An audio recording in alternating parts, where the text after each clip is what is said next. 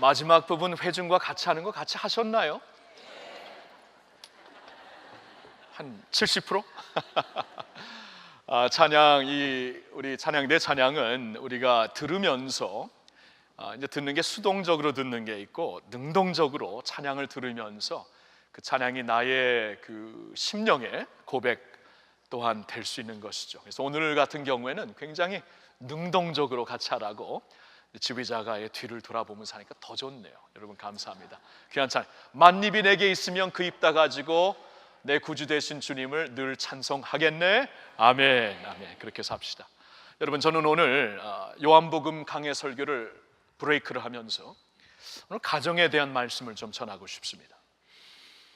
이번 가을 학기를 열면서 우리가 가을 기도 축제, 가정의 회복과 치유가 이번에 주제가 됩니다. 여러분 생각해 보면 가정처럼 중요한 게 사실 어디 있습니까? 그렇죠? 믿음 생활을 하면서도 우리가 아무리 훈련을 세게 받고 주님을 아무리 잘 섬긴다고 할지라도 가정이 무너지면 다 무너집니다. 사실 그렇죠? 목회도 뭐 아무리 열정적으로 목회를 하고 열매가 있을지라도 가정에서 실패하고 무너지면 무너질 수밖에 없는 게 저의 현실이에요. 그래서 가정이라는 건 참 중요한 것이죠. 그리고 우리가 사실 그런데 이 가정의 문제와 아픔이 없는 가정이 없습니다. 그래서 이번에 가을 학기를 시작하면서 우리가 이 아픔을 주님께 올려드리고 하나님의 치유와 회복을 받자, 거기서부터 시작하면서 새 학기에 토대를 쌓자라는 그러한 의미로 이번에 이 가을 기도 축제를 가정을 특별히 포커스하면서 우리가 집회를 열려고 하는 것입니다. 그런데 저는 오늘 여러분들과 함께 좀 가정 이슈에 있어서 가장 근본적인 것을 터치하고 싶어요. 여러분, 가정 이슈 하면은 사실 우리가 배우고 깨달아야 될 그 요소들이 참 많습니다. 대화법, 예를 들어서 우리가 의사소통이 잘 안 돼서, 특별히 우리 한국 어르신들, 남자분들 특별히 의사소통이 안 돼가지고 어려움이 많이 있어요. 본의 아니게. 그러면 대화법, 그 탁월한 커뮤니케이션 스킬을 배우는 것도 이 가정에 굉장히 중요할 것입니다. 가정에 위기가 임했을 때 또 위기를 어떻게 우리가 극복할 수 있는가, 이 크라이시스 매니지먼트도 우리가 이 가정 안에서 어떻게 할 수 있는가를 배우는 것이 참 유익할 것입니다. 그리고 이제 마음이 일치가 안 될 때, 서로 이제 동의하지 못할 때 어떻게 우리가 컨센서스를 이룰 수 있는가, 이것 역시 또한 가정의 아름다운 가정, 건강한 가정을 일으키기 위해 굉장히 중요한 이슈가 될 것입니다.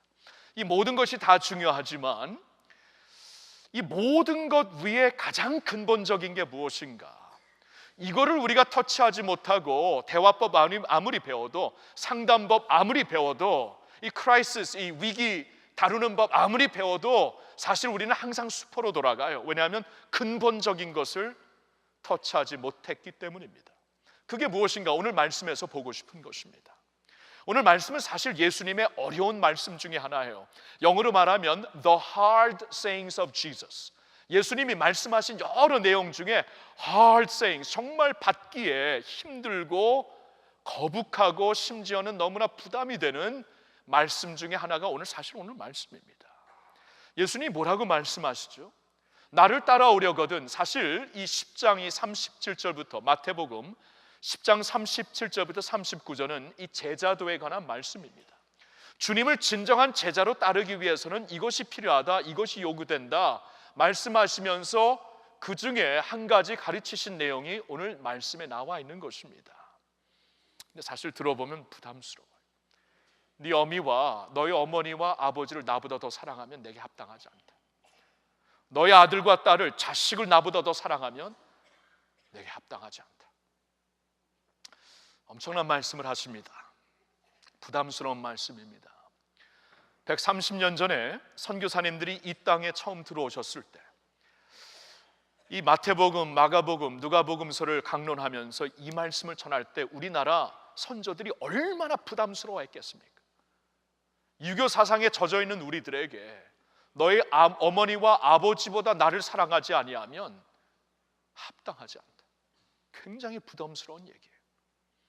근데 주님께서는 사실 예수님이 어떤 분이죠? 우리에게 생명을 주시려고, 하늘의 보좌 버리시고 오셔서 우리에게 생명을 주시려고 오신 예수님께서 우리가 이래야 살기 때문에 이래야 하나님을 제대로 알고 따를 수 있기 때문에 주시는 말씀 중에 하나가 바로 오늘의 말씀이었다는 것입니다. 그리고 이 말씀은 여러분 가정을 인용해 가정의 이 관계를 우리에게 지적하면서 주시는 말씀입니다. 이거를 해야, 이거를 제대로 알아야 나를 따를 수 있는 개인이 되고 너희들의 가정이 된다. 가장 근본적인 예수님을 믿는다는 것, 따르는 것인데 예수님을 어떻게 따를 수 있는 것인가? 주님을 따르려면 이것을 알아. 가장 근본적인 것을 말씀해 주시면서 거기에 가정의 이슈를 다루셨다는 것입니다. 여기에서 우리는 가정의 모든 문제, 가정의 모든 이슈 중에 가장 근본적인 것을 우리가 캐치할 수 있어야 합니다. 찾아낼 수 있어야 합니다. 그게 무엇일까요? 오늘날 가정의 가장 근본적인 문제는 빗나간 사랑이라는 겁니다. 빗나간 사랑. 빗나간 사랑. 가장 사랑하실 분이 있는데, 가장 먼저 우선으로 따르고 사랑해야 되는 주님이 있는데, 주님보다 더 사랑하는 나의 부모가 있고 나의 배우자가 있고 나의 자녀가 있을 때 그것은 빗나간 사랑이다. 빗나간 사랑으로 온전한 가정이 설 수가 없고, 여러분 우리가 가장 중요한 근본적인 것을 빗나가 아무리 인생이 잘 풀리고 아무리 내가 이 커리어로 내가 승진을 하고 아무리 세상에서 내가 주목을 받는 사람들이 될지라도 여러분 세상에 부요하고 하나님께 빈곤한 자는 빈곤한 자예요. 빈곤합니다. 세상이 아무리 세상으로 부요해도 영성이 내가 메말라 있고 하나님을 알기 위해, 하나님을 예배하기 위해 만들어졌는데 하나님에 대하여 빈곤하면 빈곤한 것이지요. 그래서 가장 근본적인 것을 내가 획득하지 못하면은 아무리 잘 나가도 빈곤한 것이고 빗나간 것이다 말씀을 하신다면은, 우리 가정에서 내가 아무리 아빠로서 자식을 사랑하고 남편으로 부인을 사랑하고 자식으로 부모를 사랑할지라도 여기서 빗나간 사랑이 되면 그 가정 건강할 수가 없다. 이게 가장 근본적인 것이라고 말씀을 하시는 것입니다. 여러분 성경은 명확합니다. 처음부터 우리에게 가장 우선적으로 사랑해야 될 대상, 우리가 가장 으뜸으로 사랑해야 될 세상이 분명하다고 우리에게 말씀을 해주십니다. 하나님이세요. 하나님. 여러분 구약 성경의 대표 구절이 무엇인가? 여러분 유대인들에게 물어보시면 그들이 하나같이, 우리 유대인들은 구약 성경을 믿고 이스라엘 백성들이죠, 구약 성경을 생명처럼 아는 유대인들은 국가 구절이 신명기 6장 4절과 5절이라고 그들은 말을 합니다. 그 내용을 한번 다 같이 읽어보겠습니다. 이스라엘아 들으라, 우리 하나님 여호와는 오직 유일한 여호와시니 너는 마음을 다하고 뜻을 다하고 힘을 다하여 내 하나님 여호와를 사랑하라.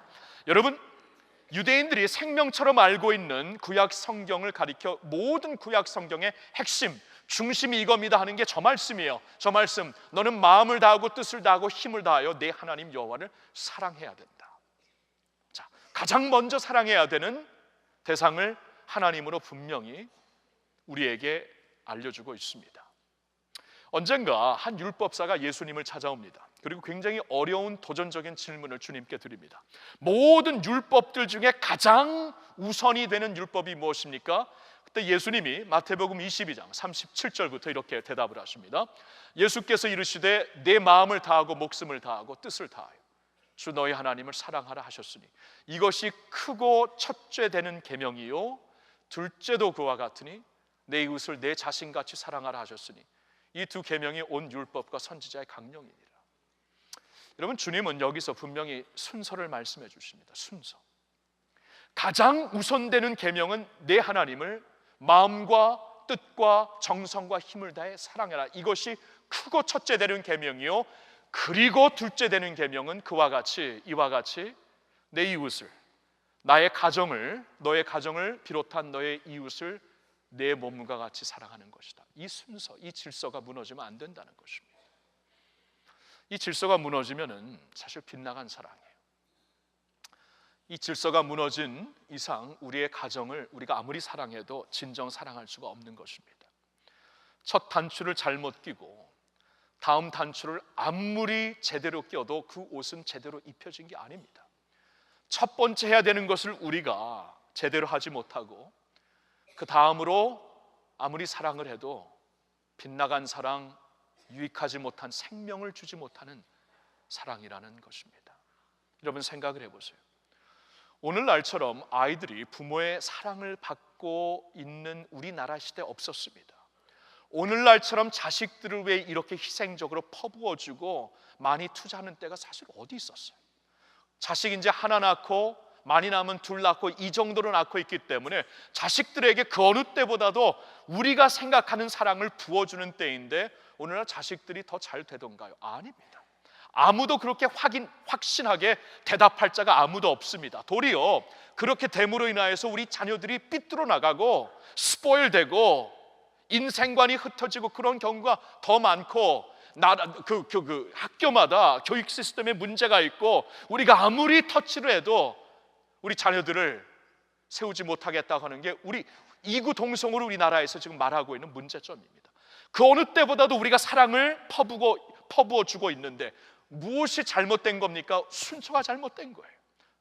그렇죠? 질서가 잘못된 거예요. 빗나간 사랑이라는 것입니다. 먼저 사랑할 하나님이 계시고 그 후에 둘째로 이와 같이 가정을 비롯하여 내 이웃을 사랑하라 말씀을 하신 이 질서를 우리가 외면하고 있는 것이에요. 이게 가정의 근본적인 문제라는 것입니다. 이 자리에서 우리 가정 잘 되기 원하지 않는 분 아무도 없습니다. 우리 자식들이 잘 되기 원하지 않는 분 아무도 없습니다. 우리 부모를 사랑하고 공경하지 않는 분 아무도 없을 것입니다. 그런데 잘 보세요. 우리를 살리시기 위해 생명을 주시고 복 주시기 위해 찾아오신 주님께서 말씀하십니다. 먼저 이것을 하여라. 그리고 너희 가정을 비롯한 이웃을 사랑하여라. 우리 이 질서 지키지 못하면은 아무리 다른 가정 세우는 법 배워도 수포로 돌아갑니다. 여러분 성경을 보면은 그러한 예화를 우리에게 분명히 주시고 있습니다.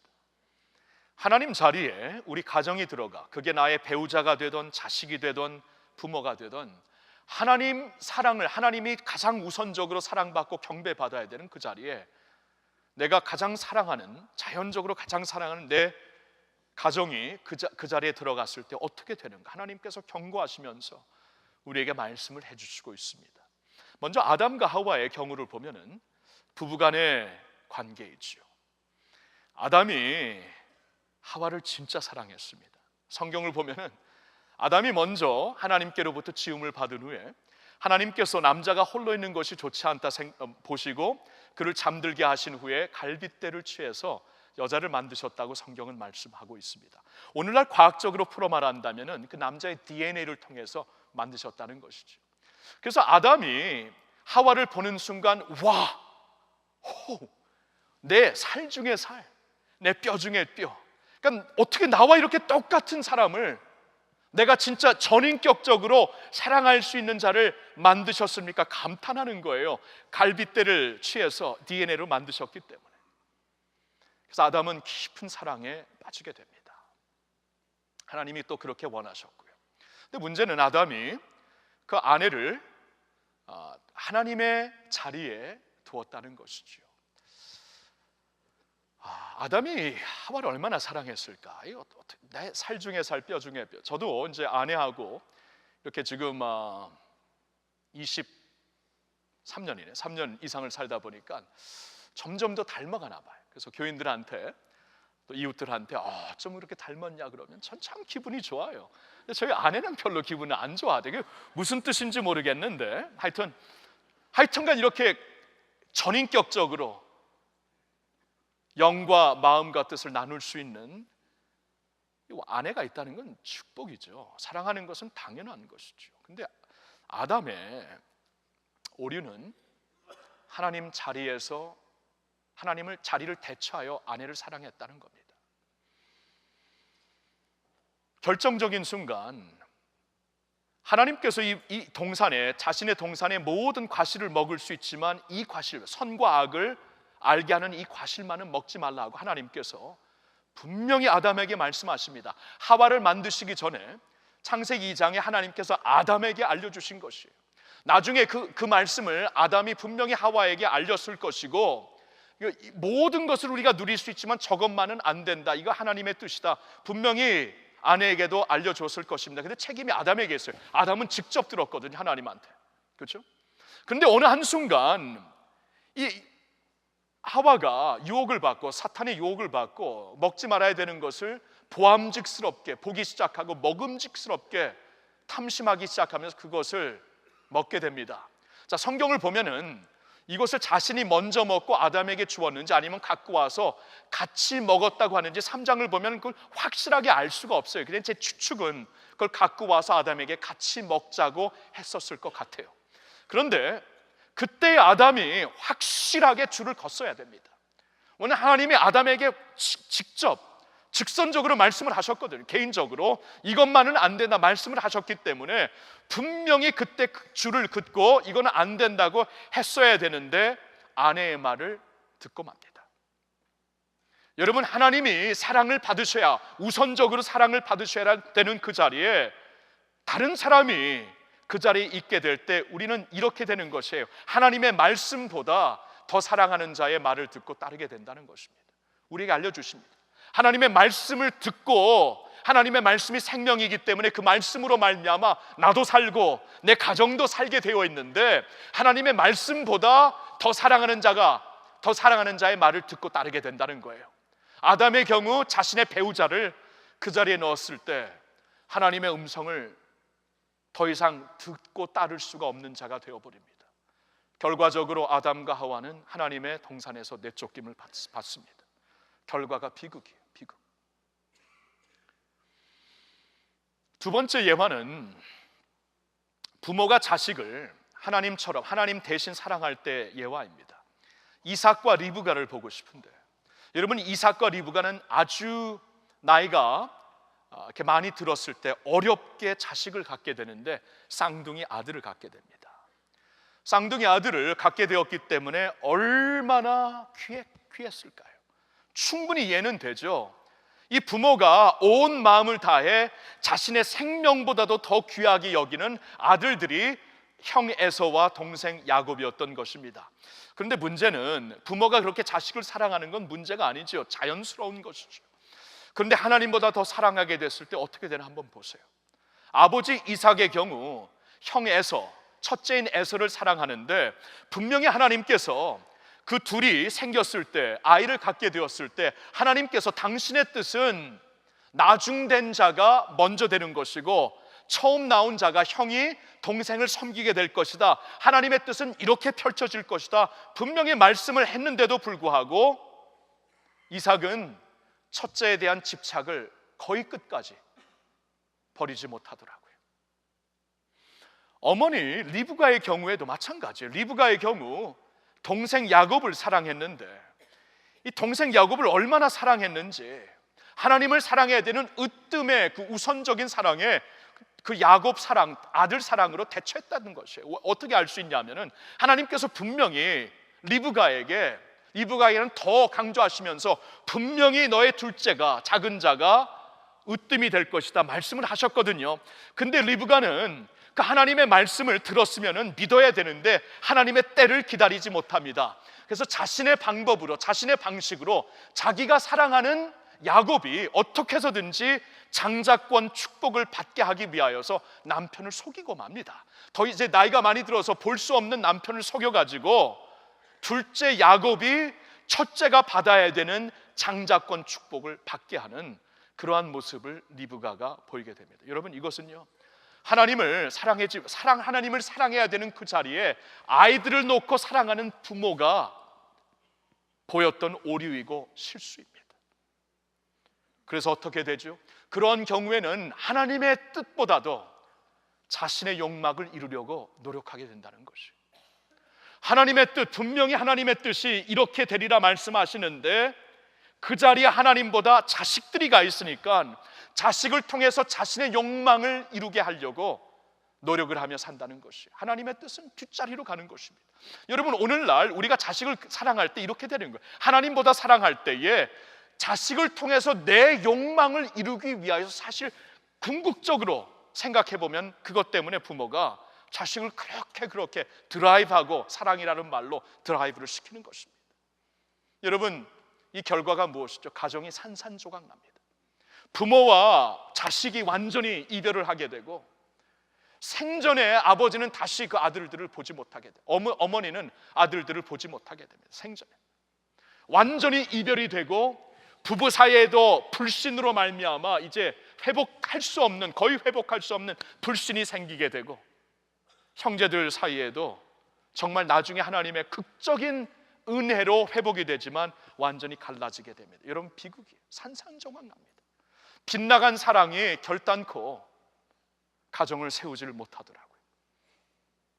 또 하나의 예화는 우리 부모 세대를 하나님보다 더 사랑할 때 생기는 그 오류입니다.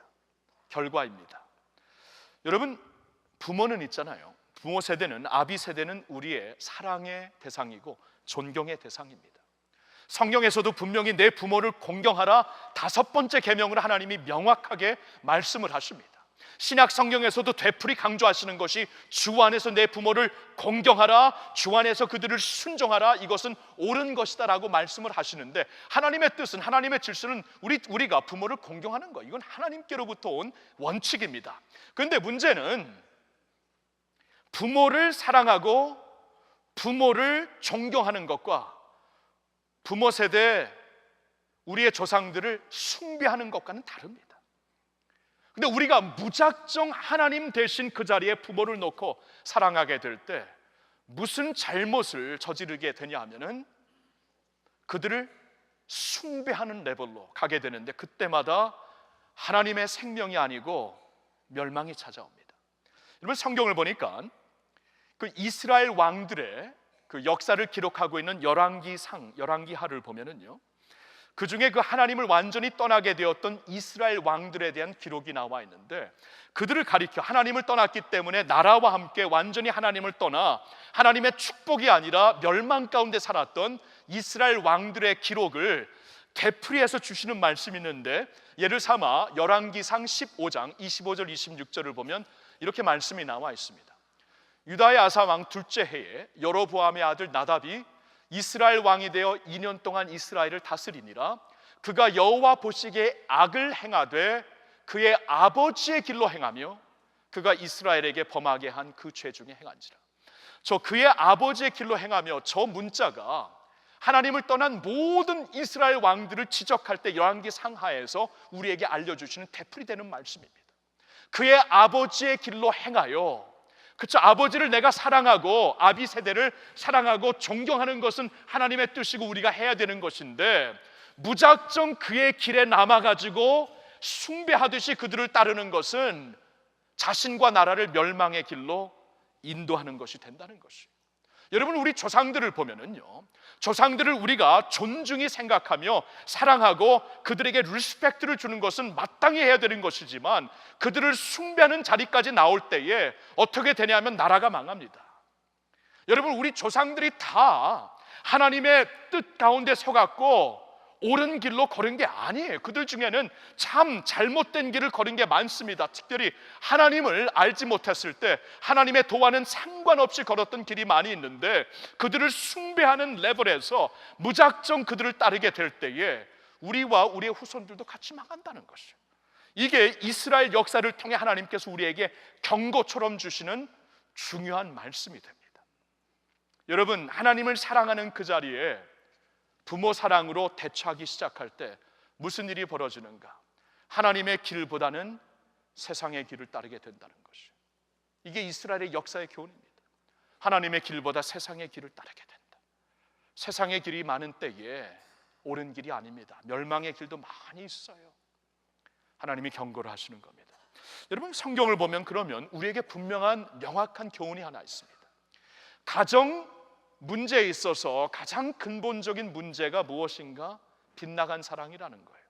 예수님이 오늘 말씀하신 대로 아버지와 어머니를 나보다 더 사랑하는 것, 이거 빗나간 사랑입니다. 자식들을, 아들과 딸을 나보다 더 사랑하는 것, 빗나간 사랑입니다. 이건 결단코 생명을 주는 하나님의 길이 될 수가 없다는 것입니다. 자, 그렇다면 가정도 그렇고요, 우리의 삶도 그렇고 우리의 나라도 그렇고 우리 민족도 그렇고, 이제 중요한 것은 하나님의 생명길로 돌아오려면은 이 빗나간 사랑을 되돌려야 합니다. 재정리해야 된다는 거예요. 이 빗나간 사랑을 다시 하나님께로 우리가 포커스를 맞춰야 되는데, 이제 그러면 어떻게 이 빗나간 사랑을 다시 제자리로 재정립하여 제자리로 하나님을 향한 사랑으로 만들 수 있는 것인가? 실제적으로 몇 가지를 말씀드리고 싶습니다. 그렇게 살려면 우리가 먼저 예배자로서의 삶을 사셔야 됩니다. 예배자로서의 삶을 사셔야 돼요. 여러분, 하나님 사랑하는 자는 한마디로 예배하는 모습으로 사는 자들입니다. 하나님을 진정 사랑하십니까? 그러면 하나님을 예배하면서 분명히 살게 될 것이라는 것, 성경에서는 우리에게 말씀해 주시고 있습니다. 아브라함의 경우를 한번 보실까요? 아브라함의 경우 그는 100세 때 아들을 낳게 됩니다. 이삭을 낳게 돼요.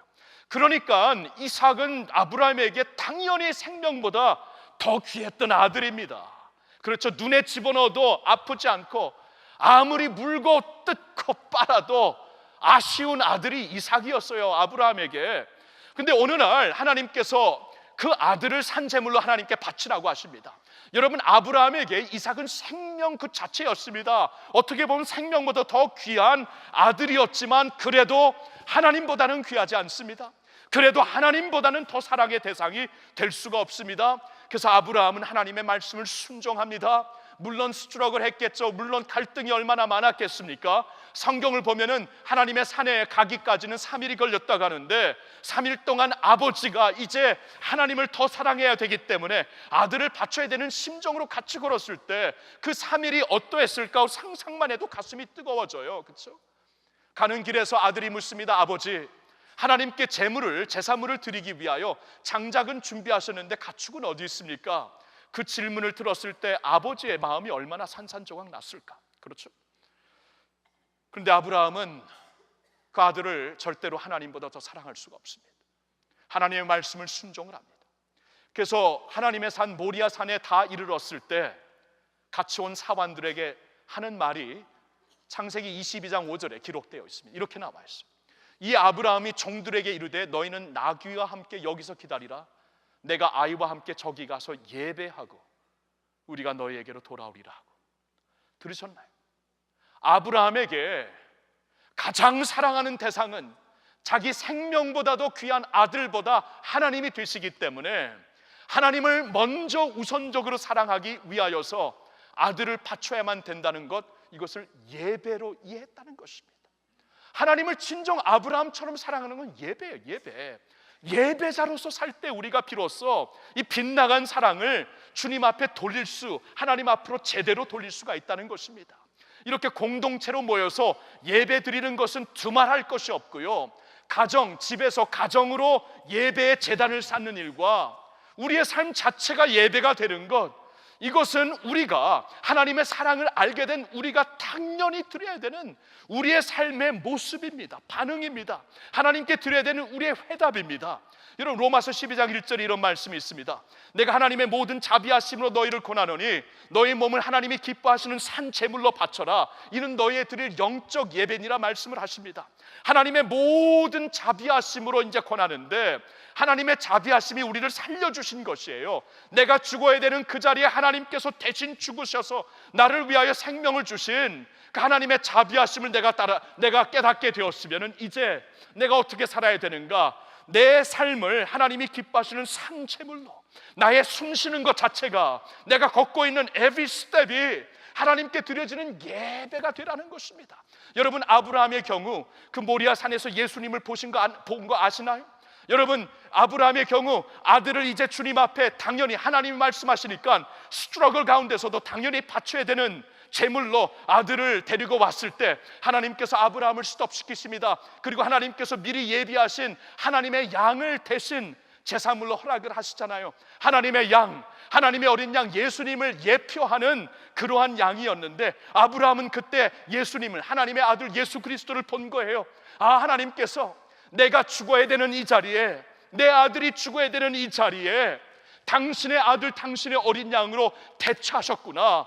죽어야 되는 그 자리에서 다시 살게 된 내 아들이 여기 있구나. 내가 죽어야 되는 그 자리에 하나님의 어린 양이 대신 죽음으로 말미암아 내가 살게 되었구나. 이것을 깨닫는 순간 어찌 아브라함이 나머지 그의 인생을, 이삭에게 어찌 그의 나머지 인생을 주님께 다 바치면서 산제물로 살아야 된다고 가르치지 않았을 것일까요? 그렇죠? 분명히 가르쳤을 것입니다. 그 자리에서 주님이 대신 죽으시고 내가 살았기 때문에 내가 사는 것은 내가 아니요 내 안에 그리스도께서 사신 것이라. 나는 그리스도와 함께 십자가에 못 박혔고 내가 사는 것은 오늘날 나의 나머지 인생은 나를 사랑하신 그분을 믿으며 그분을 위한 삶이라고 우리 함께 고백할 수 있기를 축원합니다. 예배예요, 예배. 산 예배, living sacrifice. 살아있는 것 자체가 예배로 하나님께 드려진다, 그 말이죠. 그렇죠? 내가 지금 눈을 뜨고 아침에 일어나서 오 하나님 감사합니다. 내가 오늘 사는 것도 하나님의 은혜요, 하나님께 영광과 예배를 위해 살겠습니다. 내게 주어진 일터에서, 학교에서, 내게 주어진 가정에서 하나님 나의 매사의 삶이 living sacrifice로 삶 자체가 하나님께 드려지는 예배의 자세가 될 때, 내가 사는 것 하나님을 기쁘시게 드리는 예배가 될 때, 그분이 나를 위해 대신 죽었기 때문에 하나님을 위해 살아드리는 예배가 될 때, 그것이 바로 하나님의 사랑을 제대로 정립하여 빗나간 사랑을 제대로 하나님께로 포커스하는 길인 줄로 믿으시기를 바랍니다. 두 번째로 어떻게 빗나간 사랑을 올바로 마칠 수 있을까요? 더 깊은 차원의 순종을 하셔야 됩니다. 더 깊은 차원의 순종을 하셔야 돼요. 여러분, 하나님 사랑하는 것은 순종하는 겁니다. 한마디로 하나님 사랑합니다 하고 입술로 고백하는 건 아무나 할 수 있어요. 그러나 그 사랑이 진정한 사랑이라면 순종이 따라야 합니다. 예수님께서는 요한복음 14장 21절에 내 계명을 가지고 지키는 자라요 나를 사랑하는 자이다 말씀을 하십니다. 사랑은 순종이에요. 순종. 어린아이처럼 입술로 감정으로 사랑하는 게 아니고 성숙한 자의 사랑은 진정한 순종이 담겨있는 사랑이 되어야 합니다. 근데 예수님이 오늘 무슨 말씀을 하시는가 들어보세요. 37절에는 나보다 너희 부모를 더 사랑하면 안 되고 나보다 너희 자식을 더 사랑하면 합당하지 않다 말씀을 하시면서 바로 이어지는 38절에 또 자기 십자가를 지고 나를 따르지 않는 자도 내게 합당하지 아니하니라 말씀을 하십니다. 자기 십자가를 지고 나를 따르지 아니하면 합당하지 않다. 여러분, 무슨 말인가요? 십자가를 진다는 것은 희생을 요구하는 것입니다. 대가를 치르라는 것이, 대가를 치르면서 주님을 따르는 것이, 더 깊은 차원에서 순종하며 따르는 것이 하나님을 진정 사랑하는 것이라고 말씀을 해주시는 것입니다. 여러분, 보통 우리 이렇게 안 삽니다. 하나님의 말씀을 들으면은 그래 감동받고 그래 인정하는 것, 여기서 끝날 때가 참 많아요. 조금 더 나간다면은 그 말씀대로 한번 살아봐야지 노력하는 데까지는 많이들 갈 수 있습니다. 그러나 그 길이 나에게 그 이상을 요구하는 어떠한 대가를 치러야 되는 길이 요구될 때는 더 이상 못 갑니다. 안 갑니다. 더 이상 갈 수가 없어요. 손해 보면 안 되겠다 계산하며 생각하기 때문에. 보통 우리가 이래요. 근데 주님께서는 나를 전적으로 사랑하는 것, 너의 십자가를 지고 나를 따르는 것이다 라고 말씀을 하십니다. 지난주 우리 교회에서 원 코리아 포럼이 열렸는데 저에게는 참 새로운 것을 보게 하는 포럼이었어요. 온 세상에 펼쳐져 있는 디아스포라, 한인 그 민족들 디아스포라가 그 중에서 차세대 리더들이 모여가지고 지금 2년째 같이 모여갖고 우리의 스토리를 같이 얘기합니다. 우리 각 다른 영역에서 하나님이 지금 하시고 있는 일이 무엇인가를 얘기하면서 서로 배우게 되고 비전을 얻게 됩니다. 그리고 특별히 금년에는 조선족들 중에 중국에서 태어난 2세, 3세, 4세들 중에 비즈니스 리더들과 영적인 리더들을 모시고 그들의 얘기를 많이 들었어요. 탈북민들 중에 지금 건너와서 비즈니스 리더들이 되시고 영적 리더들이 되신 그분들의 얘기를 많이 들었습니다. 그리고 그동안 미처 깨달았지 못했던 하나님의 나라를 새롭게 보게 되었어요. 언젠가는 이것을 여러분들과 나누기를 원하는데, 하여튼 많은 것을 지금까지 제가 알았던 디아스포라, 지금까지 제가 알았던 하나님 나라와 미션이 하나님께서 막 쉐이킹 하시는 새로운 것을 보여주시는, 지금까지는 이렇게 공개적인 사회에서 미국처럼 한국처럼 공개가 되었잖아요, 그렇죠? 이렇게 큰 빌딩을 짓고 큰 그 매스 랠리를 하고 많은 사람들이 모여서 복음을 듣고 선포하고, 이러한 공개적인 컨텍스트에서만 지금까지 알았던 교회, 지금까지 알았던 미션, 지금까지 알았던 디아스포라가 이번에 하나님께서 완전히 흔들어 뒤흔들러서 다른 세계가 있다는 것을 보여주셨어요. 여러분, 오늘날 북한이나 이슬람, 어떤 면에서는 중국에서는 이렇게 공개적인 사역이 아니잖아요. 비공개적인 사역입니다. 이렇게 빌딩을 크게 짓고 사람들을 많이 불러갖고 예배를 드리고 그 집회를 하고, 이거 불가능한 것이에요. 마지막 프론티어라고 불리우고 있는 이슬람, 이렇게 못합니다. 비공개적으로 사역을 해야 됩니다. 각 가정에서 은밀한 중에 사람들의 원투원 컨택으로 옛날 사도 행전에서 보였던 것처럼 각 집안에서, 마을에서 일어나는 불씨와 같은 불들, 비공개적인 사역이 지금 마지막 때의 프론티어 미션이 되는데, 이번에 지금까지 제가 알았던 이 세계관을, 교회 세계관을 완전히 하나님께서 흔들어 주시는 그러한 깨달음이 있었어요. 그러면서 그분들의 얘기를 자세히 듣게 되었습니다. 한 분의 얘기를 하면서 여러분들에게 도전을 드릴까 합니다. 이 조선족 4세대 같아요. 4세대 비즈니스맨입니다. 30대. 그는 지금 중국에 살고 있어요. 그러나 북한에 들어가서 많이 살고 있습니다. 그 형제는 대학생 때 예수님을 인격적으로 만나게 되었습니다. 대학생 때 인격적으로 주님을 만나고 그 후에는 주님을 섬기며 교회 생활하는 것이 그에게는 다였습니다. 그 재미에 살았는데, 그리고 예수님을 비슷한 시기에 만났던 형제들과 함께 기도하면서 하나님을 섬기고 살고 있었는데, 어느 날 기도하는 가운데 하나님의 깊은 도전을 받게 됩니다. 너가 조선적으로 지금 이렇게 나를 알고 있고 살고 있는 그 나의 의미가 무엇이라고 생각하냐? 네가 조선적으로 지금 만들어져서 하나님을 알고 따르는 백성이라면 너가 할 수 있는 일이 무엇인가 하고 하나님이 주시는 도전을 받으면서 그는 깊이 생각했답니다. 내가 이렇게 조선적으로 중국에서 태어난 자로서 한국말을 알고 한국 문화를 아는 자로 하나님께서 이렇게 만들어 주셨을 때는 분명히 하나님께서 다른 사람들이 할 수 없는 북한 선교 들어가서, 왜냐하면 그들은 중국 패스포트가 있으면은 마음껏 왕래할 수 있죠.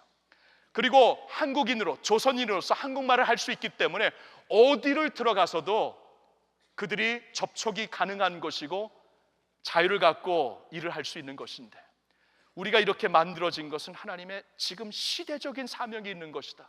그래서 그들은 비즈니스맨으로 일어서기를 결단을 합니다. 비즈니스맨이 되어갖고 반드시 북한에 들어가서 비즈니스를 통해 비공개적으로 하나님의 나라를 전파하겠다. 그들은 자유가 있기 때문에 그러한 하나님의 그 도전을 받고 그들은 하나님 앞에 결단을 하기 시작합니다. 그리고 오늘날 더 이상 제가 말을 할 수 없는 것은 안보 때문에 할 수가 없는데, 지금 그래서 그들은 북한에 들어가서, 우리는 지금 북한 선교 아무리 한다고 해도 우리는 상상하는 그 레벨을 훨씬 넘어서 북한에서 지금 비즈니스맨들로 사역을 효과적으로 비공개적으로 하나님의 나라를 펼치고 있는 것이에요. 저는 그 형제를 보면서 생각해 봅니다.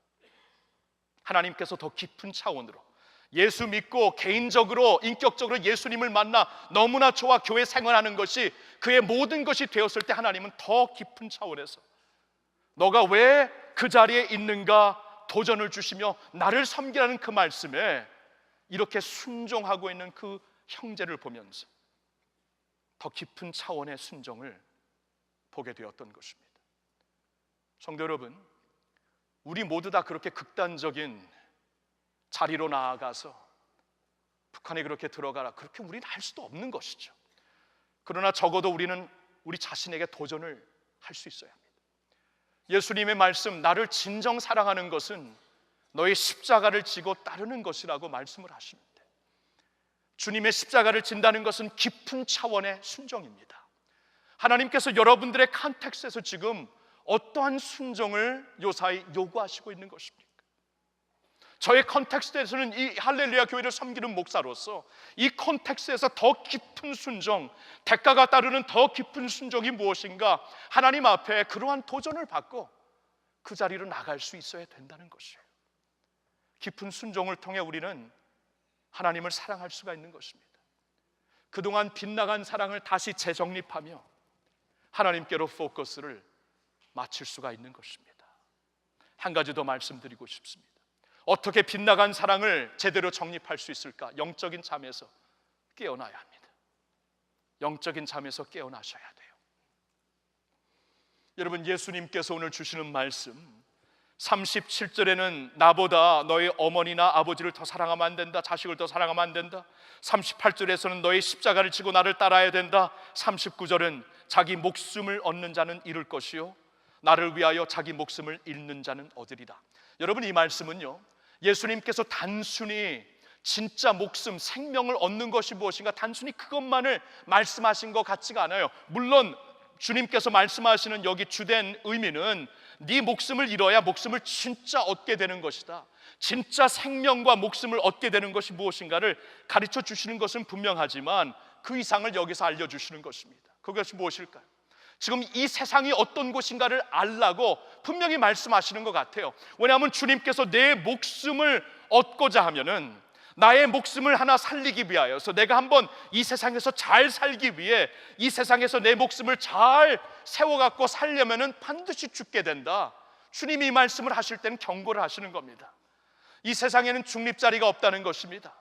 이 세상은 우리가 영적으로 한쪽에 서든지 다른 쪽에 서든지, 빛에 서든지 어둠에 서든지 둘 중에 하나라고 말씀하시는 거예요. 내가 이 세상에서 단순히 목숨을 세우고 생명을 일으키기 위해 살 때 반드시 죽게 된가? 중립자리가 없다는 것입니다. 에베소서 2장 2절을 보면 이런 말씀이 있습니다. 그때 너희는 그 가운데서 행하여 이 세상 풍조를 따르고 공중의 권세 잡은 자를 따랐으니 곧 지금 불순종의 아들들 가운데서 역사는 영이라. 여러분, 이 세상 풍조를 따르는 것이 중립적인 자리에 있는 게 아닙니다. 그냥 무작정 이 세상에서 내가 한번 잘 살아보고 목숨을 한번 잘 지탱해 보려고 서는 것이, 이 세상 풍조를 따르는 것이 보니까 공중의 권세 잡은 자 밑에, 영향권 밑에 있는 것이다. 마귀의 영향권 밑에 가는 것이라고 성경은 우리에게 경고를 해주시고 있습니다. 여러분이 이 세상이 중립적인 세상이 아니라는 거예요. 영적으로 보면 절대로 아니라고 말씀을 하십니다. 그래서 에베소서 5장을 또한 보면은 15절 16절에 이렇게 말씀을 하십니다. 그런즉 너희가 어떻게 행할지를 자세히 주의하여라. 자세히 생각하고 통찰력을 갖고 주의를 해야 된다.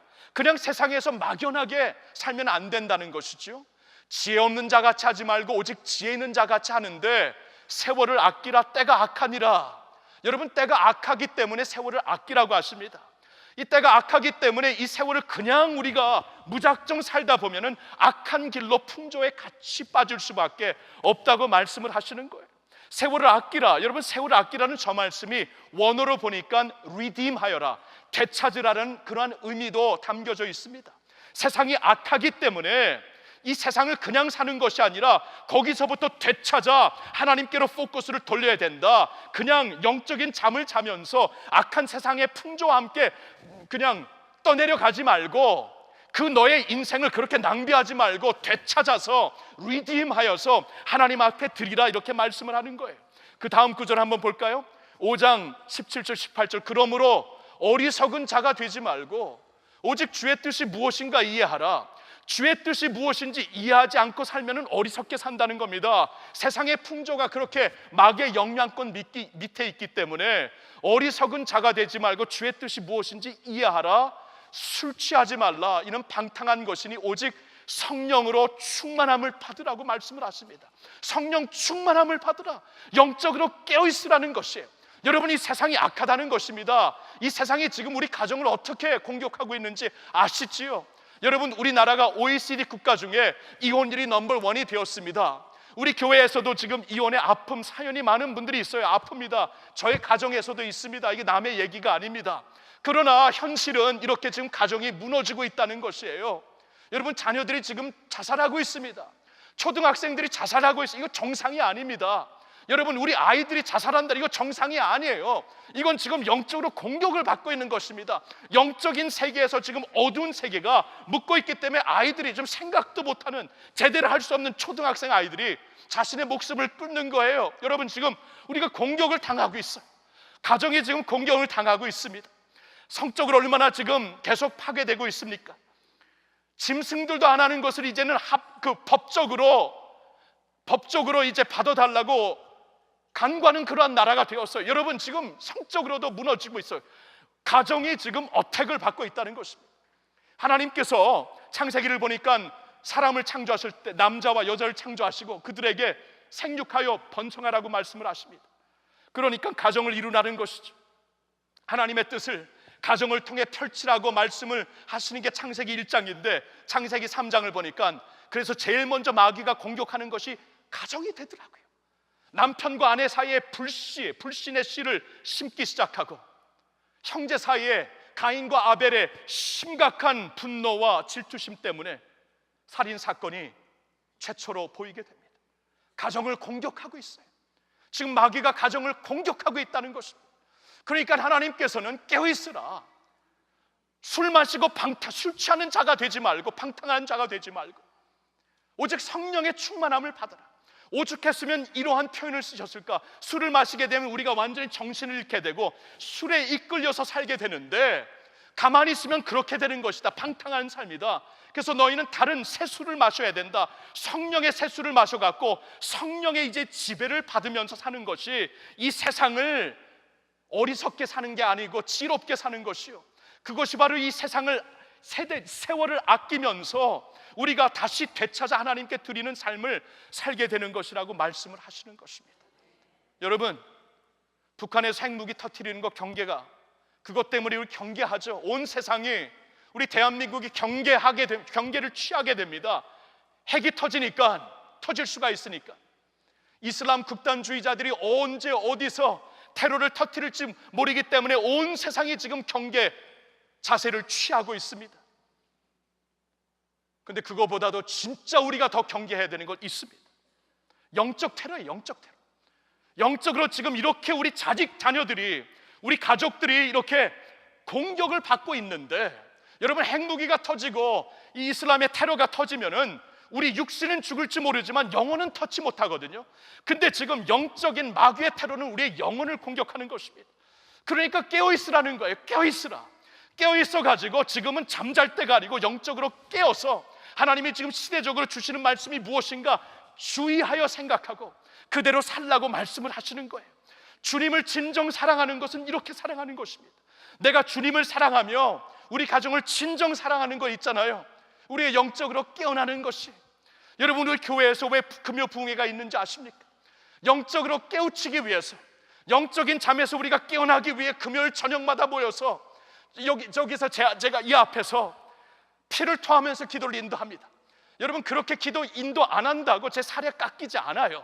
여러분, 그런 식으로 금요 부흥회 인도 안 한다고 제 살에 깎이지 않는데, 제가 이 금요일마다 이 자리에서 성도들과 함께 피를 토하며 기도를 하는 이유가 무엇인지 아세요? 제가 영적으로 살아야 되기 때문에. 내가 영적으로 잠을 자더라고요. 안 그러면 영적으로 깨어나기 때문에 그렇게 기도하는 것이고, 사랑하는 주의 백성들이 영적으로 깨어나야 되기 때문에 지금은 잘 때가 아니고 성령의 충만함으로 깨어날 때이기 때문에 성도들을 깨우치기 위해서 그렇게 기도를 인도하는 것입니다.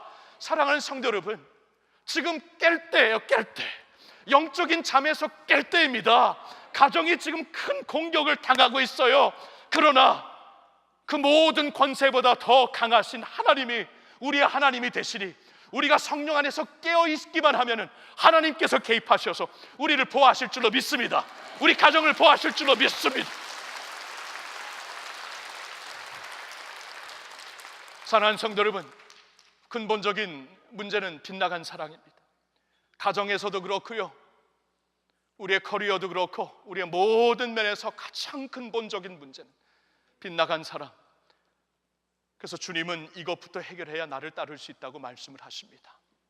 우리 모두 다 진정한 예배자로 살면서 하나님께 다시 한번 그 사랑을 돌릴 수 있기를 바랍니다. 더 깊은 차원의 순종을 하면서 주님 앞에 온전한 사랑을 드릴 수 있기를 축원합니다. 영적인 잠에서 깨어나 시대를 읽고 하나님 편에 서서 살며 하나님께 온전한 사랑을 드릴 수 있기를 축원합니다. 기도하겠습니다.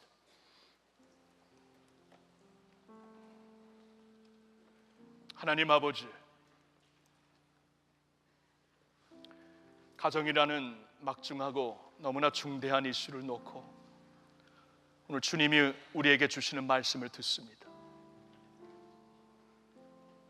주님을 진정 따라야 생명이 있고 축복이 있고, 주님을 진정 따라야 나도 살고 가정도 살고 나라도 사는데, 주님을 진정 따르기 위해서는 빗나간 사랑을 바로 잡으라고 애타게 주시는 말씀을 깊이 상고합니다.